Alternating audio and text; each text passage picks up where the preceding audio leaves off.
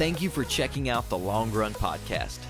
As you probably know, being a young adult is sometimes just as confusing as it can be exciting. Our 20s and 30s bring about many life-altering decisions and seasons of change. How we decide to live through those seasons will directly impact us in the long run. Our vision for this podcast is to help you make your life count by knowing Jesus, loving Him, and becoming like Him daily. Having said that, here's the next episode of the Long Run Podcast. Cliff, I sure did enjoy your pool today. I thought we were going to kind of chill out together, and as I was floating around in the pool getting sunburned, not the only thing I can do outside, you kept pressure washing the whole sidewalk. Kind of ruined my relaxation today, but that's okay, you know. You should be used to it, being Lee Downing's son, he'll rest for about 5 minutes and then he'll keep working. So I was just motivated. My wife was at her parents' and I wanted to try to get some work done. I wasn't angry that you were in the pool. I was happy that somebody was enjoying it. You just wanted to show off your little pressure washer. That's right. It kind of had this weird cylinder thing on it. I've never seen that before. Yeah, so it's underneath. It has like two things, and it's like a sprinkler, and it goes a lot faster, and it covers a lot more area. Yeah, it's awesome. Your dog was sure enjoying it, sitting there watching it. Yeah, she's a sweet girl. We need to have her on the podcast sometime. Now you have that neighborhood dog that keeps coming over there. Draco is our neighbor dog. He's a yellow lab. I have a chocolate lab, and they're best friends. Yes, they go into each other's house. Opposite sex, and they're best friends. They're best friends with benefits. Okay. Don't worry, mine's fixed. So have your way, Draco. But yeah, they have birthday celebrations together. They spent Thanksgiving at his house, Christmas at my house. But yeah, they're BFFs. Well, it's easy because there's no possibility of children there, so you don't have to get into all the messy stuff there. It's just enjoying each other's lives. Because we do know kids ruin everything. Well, and Draco's not the smartest dog out of the box either. He was kind of sitting on the other side of the fence, and you were hollering at him, but he couldn't figure out to go around the building instead. I don't know what his deal was today. Well, that's beside the point. Well, everybody, thank you for checking out another episode of the Long Run Podcast. Of course, we have Pastor Cliff Marion on again this week. He was on the show last week on the episode that we did about Does God Hear Our Prayers? And obviously, Jeff Jones was on it last week, who helped jumpstart Season 2 of the Long Run Podcast. I'll just give a quick plug to Jeff. He's probably not listening to this. I don't blame him. But Jeff, if you are, thank you so much for everything you did. Jeff's funny. Like you said last week, he's probably the funniest guy you know. And y'all two are the funniest guys I know, but he has a different sense of humor. Yeah, his is smart humor, like puns, and his is good. I'm just the low-hanging fruit humor. Both of you would not survive on stand-up comedy, but you together, that's a dangerous combination. Together we would, yeah. That's a dangerous combination. But Jeff, thank you for everything you did. We enjoyed having you. Hopefully we can get you on again. But now your replacement, Pastor Cliff Marion. Like I said, some of you guys listened last week, you know a little bit about Cliff, and he was on an episode in the first season. Cliff, real briefly, just share a little bit about yourself so our audience can become familiar with you and understand when to take you serious and not to take you serious. Okay, so I've been in Covington for 10 and a half years, started as a youth pastor. Now I'm the associate pastor, and our pastor is retiring. I'm sorry, I'm always going to struggle with looking in the mic. Our pastor is retiring in just a couple weeks, and so don't know exactly what the future holds here at First Baptist Church Covington, but to sound ultra spiritual, we know who holds the future. Amen. And so anyways, but as of right now, I'm the associate pastor, and over missions and discipleship, I had Weston in my youth group, and now he has grown up and he's graduated college, doing podcasts, doing all kinds of awesome things, and so I'm just happy to be here, very proud to be here. Of course, I have a wife, 2 kids. Yeah, great dog, a house with the pool. I love how we talked about your dog and your career, and then you're like, oh wait, I have a wife and kids. But let's be honest, like when you watch these things and people start talking about their family, you're kind of like, okay, whatever, you know. This is true. So they're like, okay, get to the good stuff. Why are you here? What are you talking about? For sure. That's what today is. Well, Cliff, we were having an interesting conversation today. By the way, if you're actually still here after Cliff mentioned his family. We had an interesting conversation today when we went to Burger King. We were talking about, you were asking me what I see myself kind of doing down the road in the future.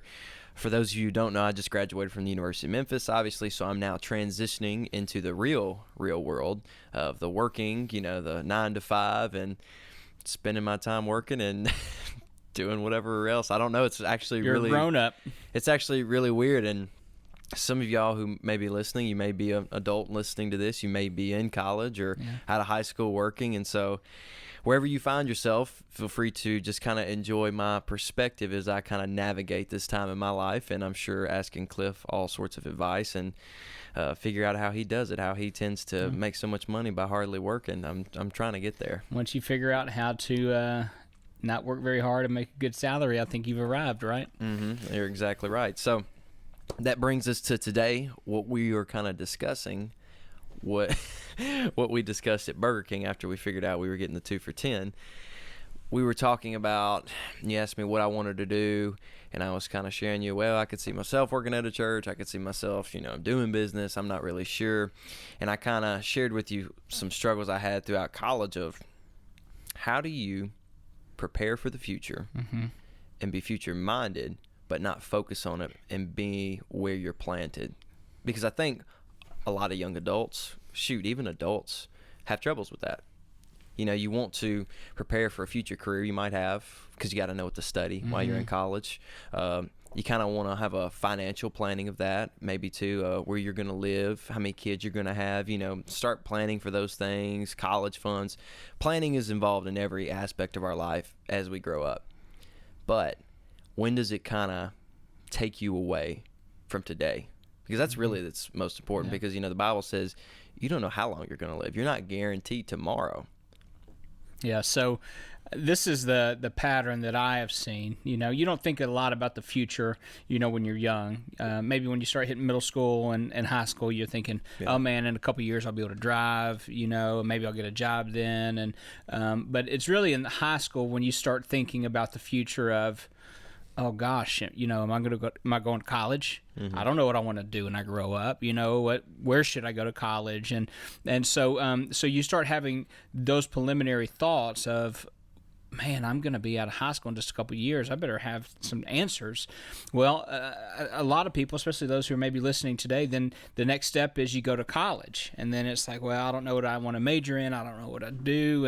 And so you just kind of pick something. And so you kind of start finding your way through college. And then next thing you know, graduation is upon you. And we've skipped hundreds and thousands of other major decisions of, fraternity life, dating life, working in all kinds of decisions that we'll talk about in another podcast. But so you have to look forward, like you have to plan for the future. If you're not, then you're never going to be prepared. Right. You're going to be caught flat-footed in a lot of ways. So planning for the future is very good to do, right? And so that's I think the very first thing that we have to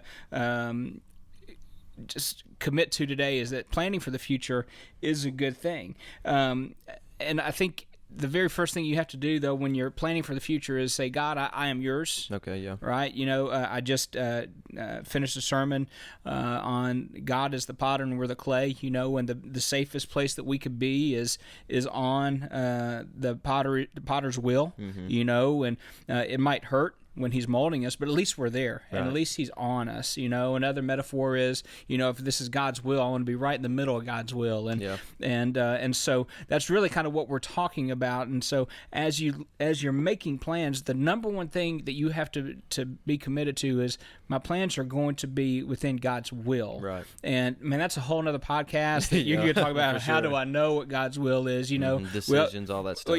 I would just say this: if you look at Philippians 4. Verse 8, he says, whatever is good, whatever is noble, whatever is pure, any of those things, that is good, and I think, okay, focus on that. How do I know what God's will is for me about dating? Well, there's just a couple of simple diagnostic questions. Is he or she a believer? Right. Are they walking close to the Lord? Right. And if you can say yes to those first two questions, then the other ones will kind of sort themselves out as you get to know. But there's just a few very important questions you have to nail down on the front end, whether it's, again, with dating or careers or schools like that. And it's really, like, I'm not going to say it's simple, but it's what has God already spoken versus what you're trying to figure out right now, because that's a big filter in a funnel that you have to pass through. Okay, you're trying to figure out, well, I'm just trying to figure out what God wants me to do, whether it's big decisions, where you're going to work, where you're going to live, who you're going to marry, those things, life-changing decisions, which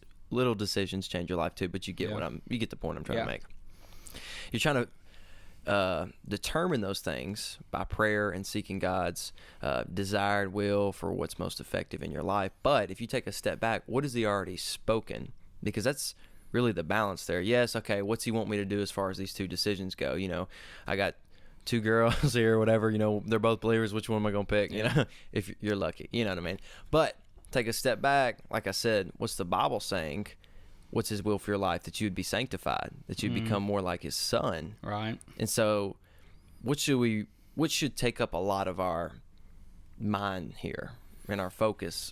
This decision we have to make, or what he's already spoken to?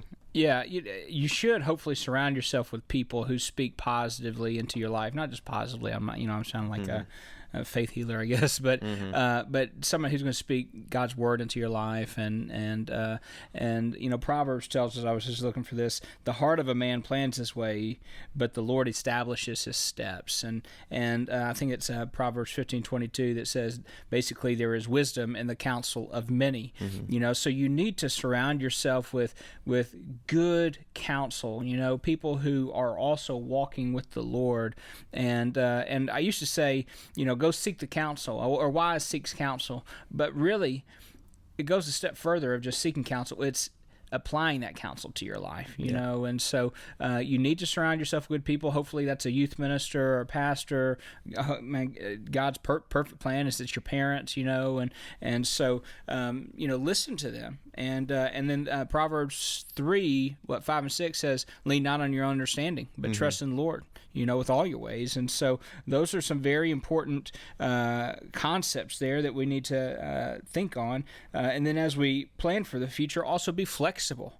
You know, plans are fluid. Plans are made to change. You know, some people are like, no, this is it. We're going to stick to it, you know, but be flexible and fluid with your future, you know. And so for me, I'm giving you this advice, but for me, there was no fluidity for my plans. I was saved as a 9th grader. As a 10th grader, I felt called to be a youth pastor, and everything from then on was, I'm going to be a youth pastor. From 10th grade, it was great. I knew exactly what I wanted to do. And so when I played football, it was, how is this going to make me a better youth minister? The classes that I picked, the major that I picked in college, I picked sociology, and you know, a lot of people don't even know what sociology is, and I studied what sociology was. I picked between that and psychology, and I felt like the just understanding community, understanding groups would help me as a pastor, and it has. So I picked my major knowing that I was going to be a pastor, you know, and the type of people that I hung around with, whether it's friends, dating life, I dated and I hung around people that I thought would help make me a better youth pastor eventually, you know. So everything I did was geared towards, I'm going to be a youth minister. But I think that is the exception to the rule. I think most people go through high school and college not knowing. If you know exactly what God has called you to do, run with it, right? And just be singular focused and go. Don't have a backup plan.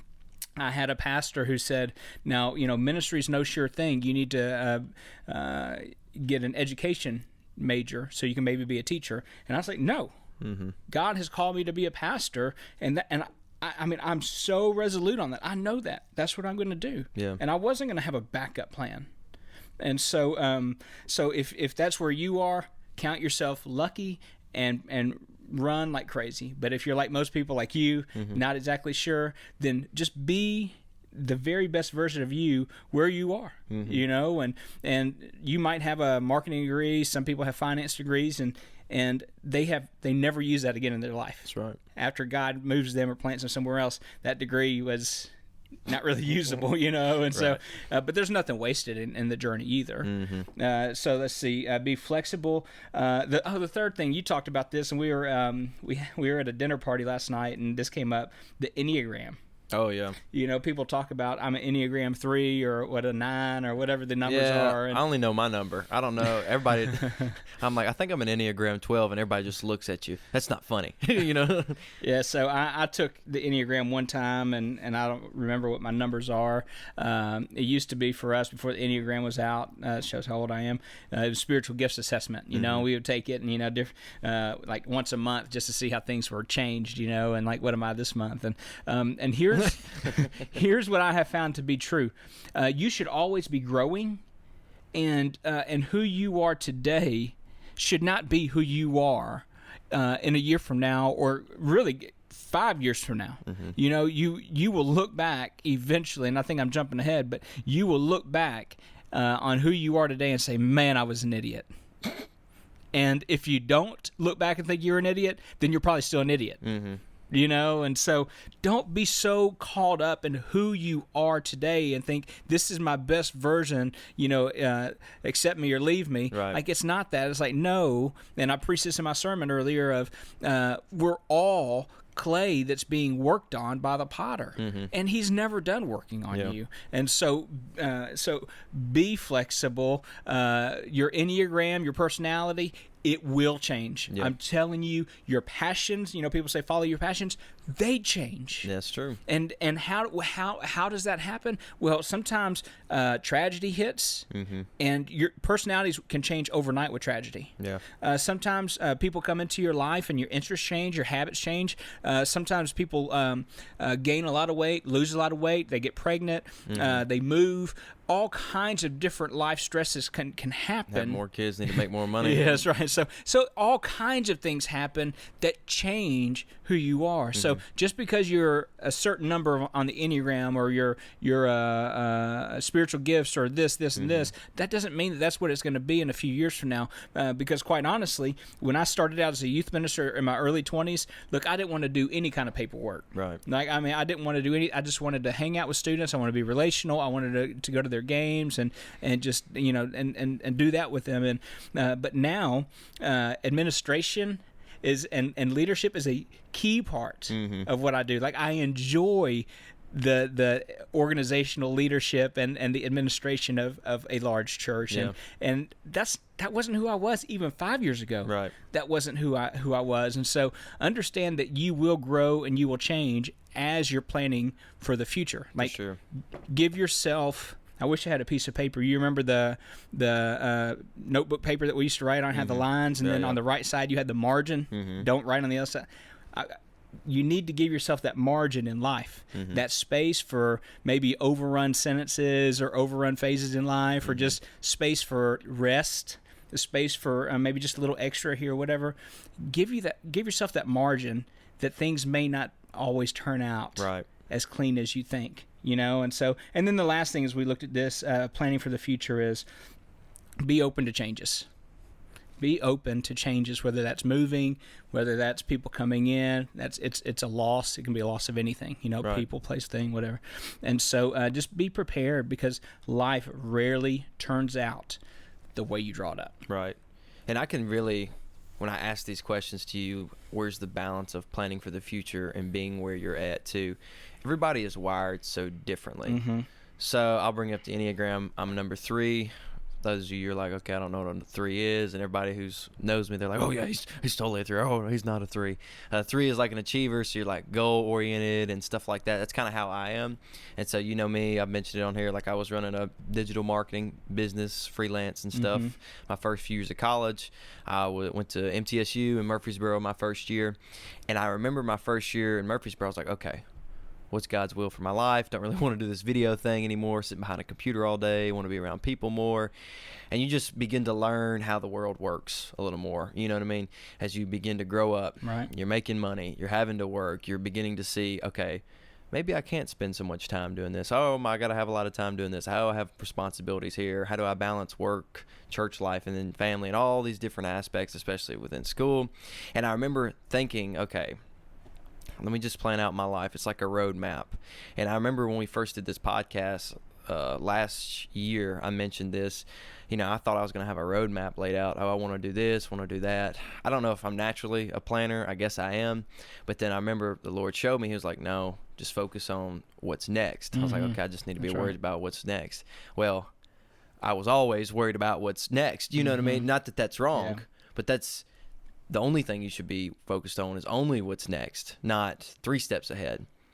But as far as to what's next, how much, if you want to break it down to percentages of what's on the forefront of your mind, that should be very small. And that should not always be present. Okay, because we talked about this today at Burger King, whether you're in your job or let's just use career, for example. Where's my next promotion? I just got this month's sales. That's the highest. Okay, well, I need more. I need a next. And you said this today. If there's always a next, then you'll never get there. What did you say today? Yeah, if you're always trying to reach that next thing, you're always going to be let down because it's never going to be as good as you thought it was going to be. And like everything in the Bible, when you think about just the mindset of Jesus Christ, and we talk about things like this that people have heard before, it's so simple. It's just doing it. It's reading the word and applying it. It's hearing that and applying it and not forgetting it or just letting it kind of slip out of our ear because, it's like, oh, okay, I get that. I'll try to do that. But until you like experience it, like, oh, I've been doing that. Now I can really relate with it. And once that hit me, I was focusing on, look, I'll mention this. Was it did you say a pastor or somebody in your life that said you need to have a backup plan when you're wanting to be a pastor?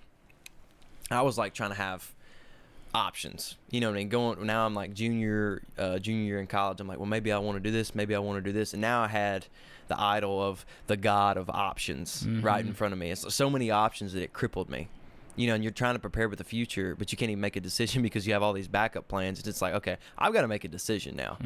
And, I can sit here and prayer and fast and wait for an audible call from God, but it's like, okay, what am I gifted in?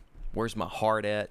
What's nagging me? What do I feel when I'm in Scripture? Not this weird desire that just comes over me every so often. You know what I mean? When I know I'm in a selfish mindset and stuff like this. Because I'm speaking about this when it prepares your future. Maybe you don't know what you want to do. So you really have to be careful in that. But honestly, Cliff, as we talked about this today and kind of what I was thinking back the past week is what kind of consumes our mind and where our motives are and what should be a lot of our headspace and our energy as the day-to-day goes. Because like I said, a lot of it was what's next for me. But now when I take a step back, it's no longer, okay, how can I be the best salesman? How can I be the best videographer? How can I be the best well-known pastor? How can I be a better communicator as a pastor? Or whatever these things that I do, how can I be better at them because they define me? But when we take a step back, like we mentioned 2 episodes ago about what our purpose is to glorify God, it's like, okay, let my time and energy now flow back to where I'm not comparing horizontally to get my value, but I'm comparing vertically, pretty cheesy, but back to God to where that's really what I'm living for. And, it's like, okay, just stop focusing so much on the world and focus on God. Another simple thing, but we kind of let it go of, look, we're here to help make disciples and influence people towards Christ and really have this authentic relationship with Jesus. Yes, these big life decisions of college and, who we're going to date, where we're going to live kind of consume us and overwhelm us, and those will come. But I think when we're not just planted where we're at, seeing how we can glorify God in the moment to moment of our lives, whether it's crunching those numbers. If you're, we were talking about to Katie last night, she's an accountant or whatever, crunching those numbers in your account. It's like, how does this mundane work glorify God versus going out and helping in the youth ministry? Yeah. I get caught in that trap of thinking one career is better than the other when it comes to glorifying God. But Paul said multiple times in multiple of his letters, whatever you do, do it as unto the Lord, to glorify the Lord. Multiple times in Colossians, I think it's in Corinthians. And so Paul was very clear, whatever you do, do it unto the Lord. And we talked about that, and I remember getting some feedback on that of, I have got to remember that I'm not working for the boss at my work. I am working to honor and glorify my Lord and Savior, Jesus Christ. And I want to make one thing clear of, whether you're a minister or you're an accountant or marketing or a student right now, whatever it is, the world tells us to have ambition, to climb this ladder, to reach a certain point. I'm just telling you, I think that ambition is a very dangerous word because naturally I think the tag of selfish ambition. I think they run very closely together, especially in our American culture. And you've got to be very careful, because you can be ambitious and it not be sinful. But I'm telling you, that sin of selfishness is the shadow. Yeah. And it's really hard to outrun that selfish ambition. So be very cautious, and I talked to a man. He said, all I want is to make a good salary and take care of my family, and that's really good, but when you are constantly trying to climb that ladder, I had a pastor tell me one time, I'm starving on the salary that I used to pray for. And so it's never going to be enough. You have got to learn to be content. And I used this example with you before of contentment. It doesn't matter. This can be true for cars, for relationships, wives, for jobs, whatever. This metaphor is true.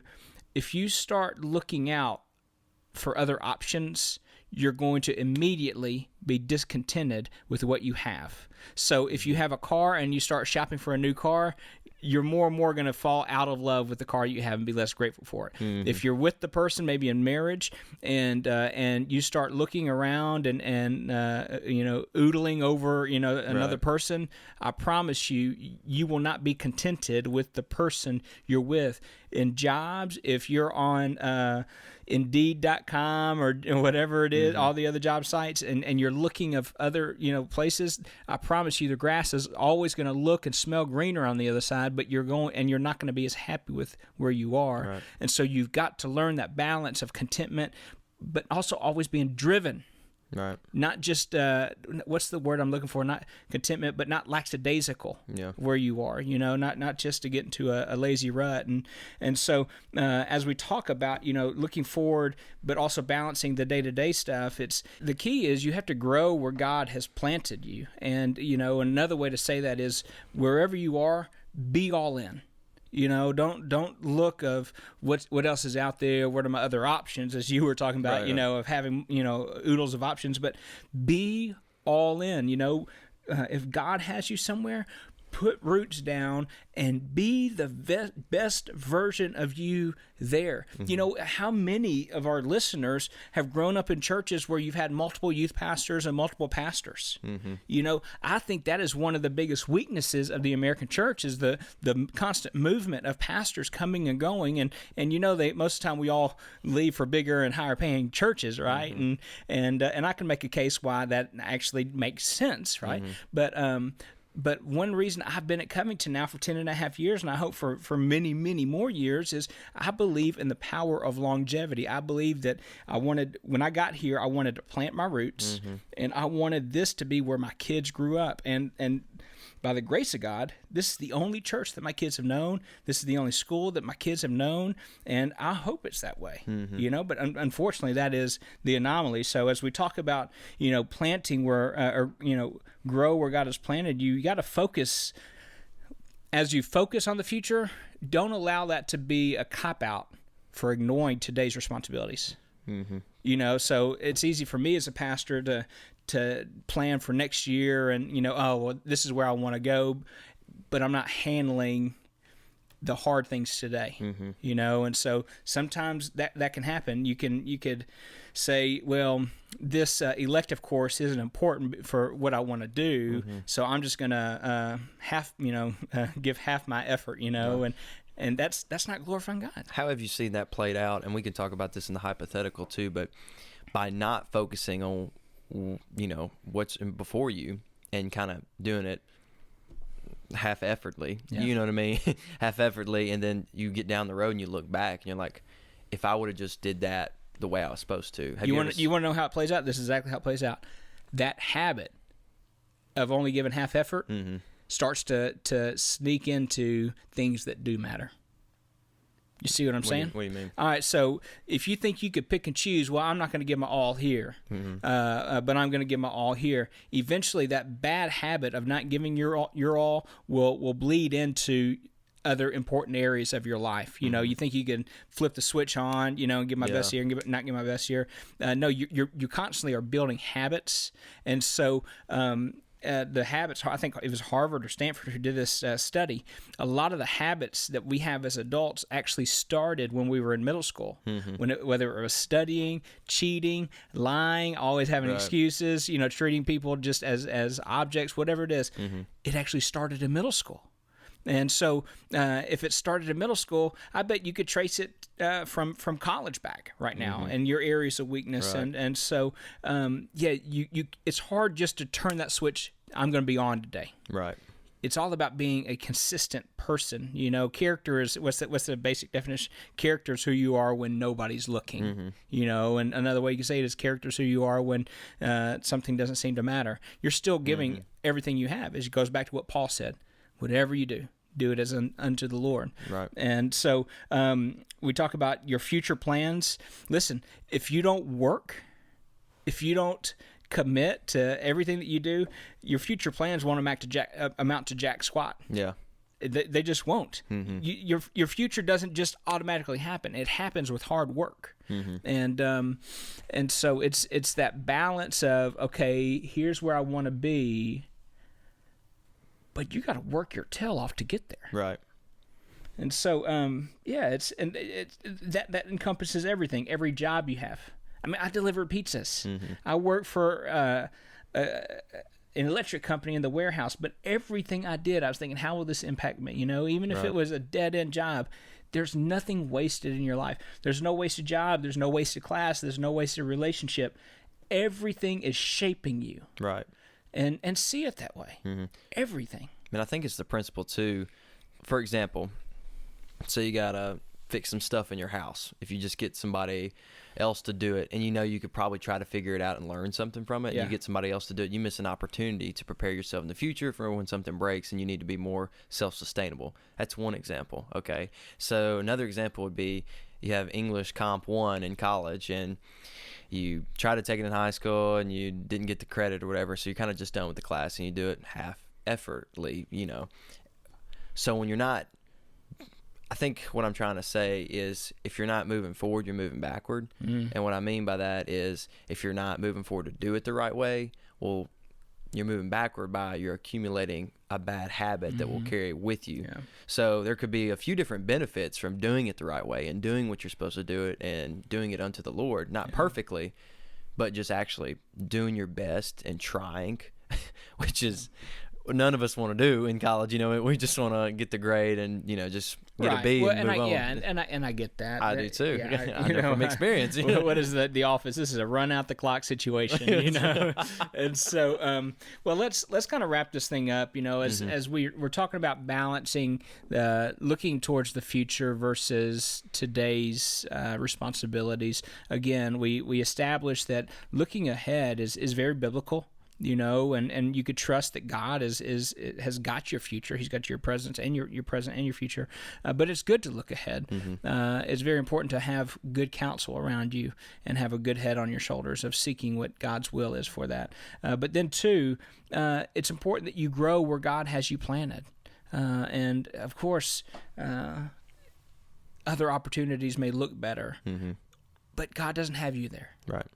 God has you here, and it's. And so I'm not going to elaborate anymore. Right. So, yes, look forward, but also grow where God has you. Don't be so busy. This is how I want to summarize it. Don't be so busy looking ahead that you're missing the presence. And the present is sometimes the presence. Right. You know what I'm saying? And so we miss the now, looking at the future, and I think there's a lot of regret in that. When you get down the road, you think, man, that was the best time. Right. And I think the last thing I'll say is I think you start missing out on these different main areas in your life. So career, socially, your family, maybe financially too. However many main areas there are, I'm probably missing one or two, but some of those begin to dwindle with the amount of focus given to them, because maybe you are focusing so much of your efforts on your future, and that's where your headspace is at, versus, okay, here I am now, I just graduated college. I'll put myself right here on the spot, for example. I just graduated college. If all I'm focused on is, I'm going to go get my master's, what do I need to do to get my master's, and I'm just searching or whatever, and I'm talking to people, I begin to miss out on opportunities that I want to serve in the church other places. You know what I mean? What church am I going to go to? How am I going to serve in a youth ministry maybe? Or how can I come in a little bit early to work? Hypothetically, that could play out to you, your boss saying, well, he's a hard worker, just because you're focused on the here and now and being committed. So a lot of good stuff, Cliff. Yeah, no, it's look, there's no set concrete answer on this. Again, it with all the different personality mixes, it's just so important that you commit both now and the future unto the Lord and say, Father, I am just yours. I want to be on the potter's wheel. I want to be in the center of your will, whatever it is. Right. I'm yours, and my present and my future is yours, God. And so if that's your mindset, really, I think you're going to be okay. Everything else is just kind of a juggling act, a balancing act of kind of figuring it out as you go. But if that mindset is, Lord, I'm yours, do as you will, I think you'll be okay. That's good stuff. Well, you got anything else you want to add? Nope. To any of that? No, I'm you excited. Summarized it pretty well. I'm excited about the future of the podcast and getting together. And I know we're coming into the summer, and maybe people, I don't know if people listen more to podcasts during the summer or not, but hey, we'll be here putting out new episodes every week. For sure. We may have a few guests that pop in. Not really sure what format we're going to go with here, but we know a few people in Covington. If you don't know this, we keep mentioning Covington. It's 45 minutes north of Memphis. Yeah. I'm living in Memphis, but come up here to shoot the podcast because we had some locations we had to switch around. But if you are still listening to this, thank you for making it to the end of the podcast. I wish I could give you a treat and reward you, but I think there's a lot of good stuff. The whole podcast was a treat. Your presence is your present, right? That's right. That's right. You've learned something. Yeah, your cheesy line from Christmas. Well, thank you all for listening. I ask you just to do a few things for us, mainly one thing. Be sure to rate us and leave a review on Apple Podcasts. Right here? Yeah, sure, right there. That would be awesome for you to do that to help us. Click here to subscribe. He's acting like we're going to do that. No, that'd be awesome for you to do that so we could spread out to a few more people. But again, thank you for listening. You can find us on Apple Podcasts and Spotify. If you have anything else you'd want to hear, anything you want us to talk about, hit me up on Instagram and YouTube, wherever you see this. I just want this podcast to get so big I can quit my day job, okay? I'm already looking at the future. What is your day job? I don't know anymore. You can stop these weekend stand-up comedy routines. Well, that's it for this week, everybody. Thank you for listening, and we will see you next week.